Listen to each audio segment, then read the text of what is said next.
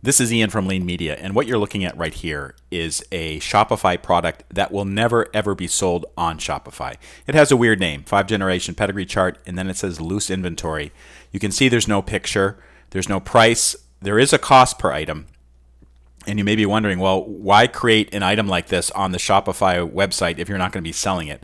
And the answer is pretty simple. I use Shopify to actually manage inventory for Amazon. And sometimes I sell things on Amazon that I do not sell on Shopify. And this is one of those things. And because Shopify has such a really good inventory management system, including being able to set multiple locations, it has the ability to set up a purchase order. So I can order something and then have it delivered to a specific place in my inventory system. This is really a good situation for me because I already use Shopify to sell most of my items, and then Amazon inventory I can kind of manage it this way. There are some manual processes involved with Amazon inventory. For instance, if somebody orders something, I have to subtract it manually, but that's pretty minor considering it lets me manage all my inventory in one place. So what we're going to do today actually is we're going to create another one of these kind of invisible inventory items for Amazon. And I'll just show you how I go about doing it. So go to the products page, then click on add product, and then just give it a name. So I'm going to call this large print family group sheet, and then loose inventory. So this tells me when I'm looking through the inventory that I have on Shopify, and I have scores of items, that this is specifically a loose inventory that we use. And I'll know what this means, and my employee will know what this means in terms of tracking and what its purpose is. So I just gave it a name. I just can add a little note here, loose inventory, LPFGS. That's our internal nickname for this particular item for Amazon. This is important. Where it says publishing, click that, manage sales channels, and then deselect all. And the reason I'm doing this is I do not want this listing to show up anywhere. I don't want it to show up on my Shopify store. I don't want this to show up on Google, Facebook, TikTok, or anywhere else. So I'm just going to disable that. You can keep the status active. It doesn't matter because I just showed you it's not going to be published. And also I want to be able to use it for other things, such as, for instance, setting up an inbound purchase order.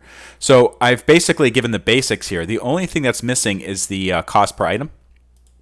So the cost per item is relatively low, but we sell them in bundles, so the price will go up. And one reason for doing this, incidentally, is because my bookkeeper does keep track of costs, and having cost per item on all of our inventory is a pretty important thing. I am going to keep track quantity active, but I am going to edit the locations. So as I said before, I'm never going to sell this. And for us, the main Shopify selling area is called PO Box. And the reason I call that PO Box is because the return label in Shopify shows our PO Box address. It's never going to be in Shopify Fulfillment Network, and it's never going to be Easy Genie Cloud. And Cloud, by the way, this is the special inventory location I set up for digital items. So it's only going to be tracked in two locations: what I call off-sale inventory, which is kind of like our office inventory, and then our suppliers inventory. And then I'm going to click done. I can leave, charge taxes and shipping and all that stuff alone. It doesn't really matter for now. One other consideration is the search engine listing. So Shopify will create a listing for Google basically, and for Bing, based on the information that I put on this page. This isn't really a consideration for me right now because, as I said before, I'm not publishing it anywhere. It's not going to be published in any visible place. And in fact, when I create this, I'll just do it right now. If you click this up here, they have a preview link, but there's no view link, so you can view it on the store. So I can preview it. This is what it looks like, but it's never going to be published. The other thing is I didn't put a picture here. If I wanted to, I could, but it doesn't really matter because, as I said, this is just for tracking inventory for Amazon. So now this item exists in Shopify's inventory system, even though it will never be published publicly and people won't be able to buy it, but it lets me track it, which is exactly what I want to do. And in fact, later on, I'm going to create a purchase order based on this particular item.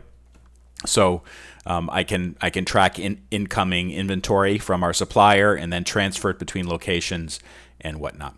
If this video helped you out, please take a moment to like and follow me. If you go to leanmedia.org, that's my official website, click on blog or video, and you'll see lots of information about Shopify and other selling programs, including Amazon. Thank you so much for watching.